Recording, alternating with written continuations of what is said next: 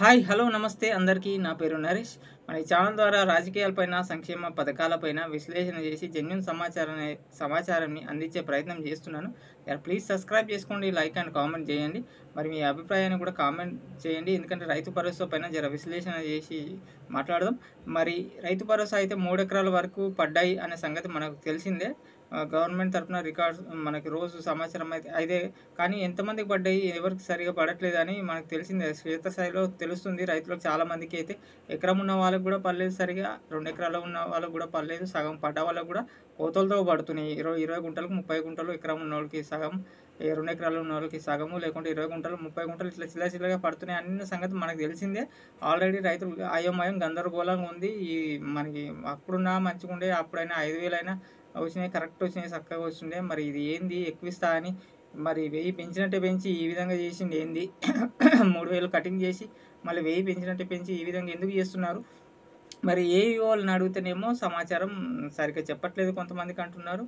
మాకే తెలియదు, మేమేం చేయాలి? కొంతమంది ఏమో సర్వే నెంబర్ ఆధారంగా పడుతున్నాయి, మళ్ళీ పడే అవకాశం ఉన్నది అని కొంతమంది చెప్తున్నారు. అయితే మరి దీనిపైన తుమ్మల నాగేశ్వరరావు వ్యవసాయ శాఖ మంత్రి ఎందుకు క్లారిటీ చెప్పట్లేదు రైతులకైతే? మరి అంతా అయోమయంగా ఉన్నారు, ఎందుకు ఇట్లా పడుతున్నాయి అని మరి అనుకుంటున్నారు కదా. వాళ్ళకి సమాచారం ఏదైనా చెప్పొచ్చు కదా, క్లారిటీ ఇవ్వాలి కదా. వాళ్ళ దాకా వెళ్ళలేదా అంటే వెళ్ళే ఉంటుంది కదా ఈ విషయం. మరి ముఖ్యమంత్రి దాకా కూడా వెళ్ళే ఉంటుంది. మరి వ్యవసాయ శాఖ మంత్రి అయినా మరి కంగారు పడదు, మళ్ళీ పడతాయనో లేకుంటే సాగు భూమి దాంట్లో వీళ్ళందరికీ సాగుకి పనికొచ్చే భూమికే వేస్తామన్నారు. మరి ఇప్పటివరకు వేసిందే 3 ఎకరాలు కదా. 3 ఎకరాల రైతులందరికీ ఆల్మోస్ట్గా అంత సాగే ఉంటుంది భూమి. ఆ ప్రకారం కూడా పడట్లేదు కదా. ఎందుకంటే ఎకరం 2 ఎకరాలు ఉన్న రైతులకి, 3 ఎకరాలు ఉన్న రైతులకి మొత్తం ఆల్మోస్ట్గా మొత్తం సాగే ఉంటుంది. 2, 3 గుంటలు మరి బర్రెలకు షెడ్లకు, ఎడ్లకు షెడ్లకు 2, 3 గుంటలే కటింగ్ అయితే పర్లేదు. అట్లా కాదు కదా, మొత్తం రాకుంటుంది. కొంతమందికి సగం సగం. మరి ఆ విధంగా చూసినా కూడా అది టాలీ అయితలేదు, సెట్ అయితలేదు కదా. మరి దీనిపైన వాళ్ళ దాకా వెళ్తే వాళ్ళకి ఏమైనా ప్రకటన చేస్తే బాగుంటుంది. మరి లెక్కలైతే అన్ని కోట్లు వేసినామని చెప్పుకుంటున్నారు. మరి రైతుల్లో అయితే గందరగోళం. ఇదేంద్ర నాయన, మరి ఇంతకుముందు కేసీఆర్ ఉన్నప్పుడే మంచిగా పడ్డాయి, అవే ఇస్తే బాగుండేది. మరి ఈ విధంగా కాకుండా ఇంకోటి మర్చిపోయినారు వీళ్ళ దగ్గర.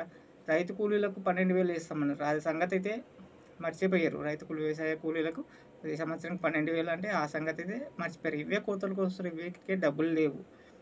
డబ్బులు లేవంటే మనకి ఫ్రీ బస్సు, కరెంటు బిల్లు అవసరం. నాకైతే అది అవసరమే లేదు కదా. పథకాలు కరెంటు బిల్లు కట్టుకోలేనంత పరిస్థితి అయితే లేరు కదా చాలామంది. అయితే అంత పేదగా అయితే లేరు ప్రస్తుతానికి తెలంగాణలో.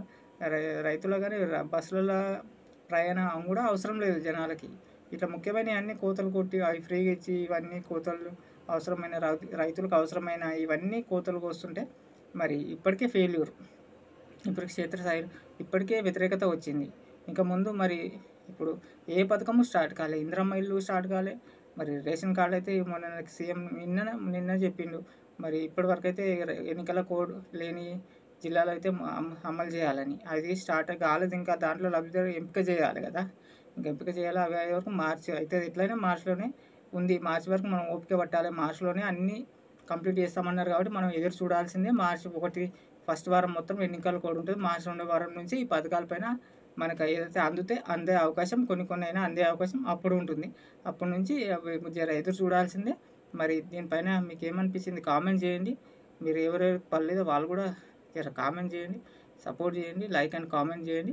ఇలాంటి విశ్లేషణ అప్డేట్స్, జెన్యూన్ అప్డేట్స్ ఇందిరమ్మ ఇళ్ళ పైన కానీ, రైతు బంధు పైన కానీ ఇలాంటి జెన్యూన్ అప్డేట్స్ చెప్తాను. జర లైక్ చేసి సపోర్ట్ చేయండి. Thank you.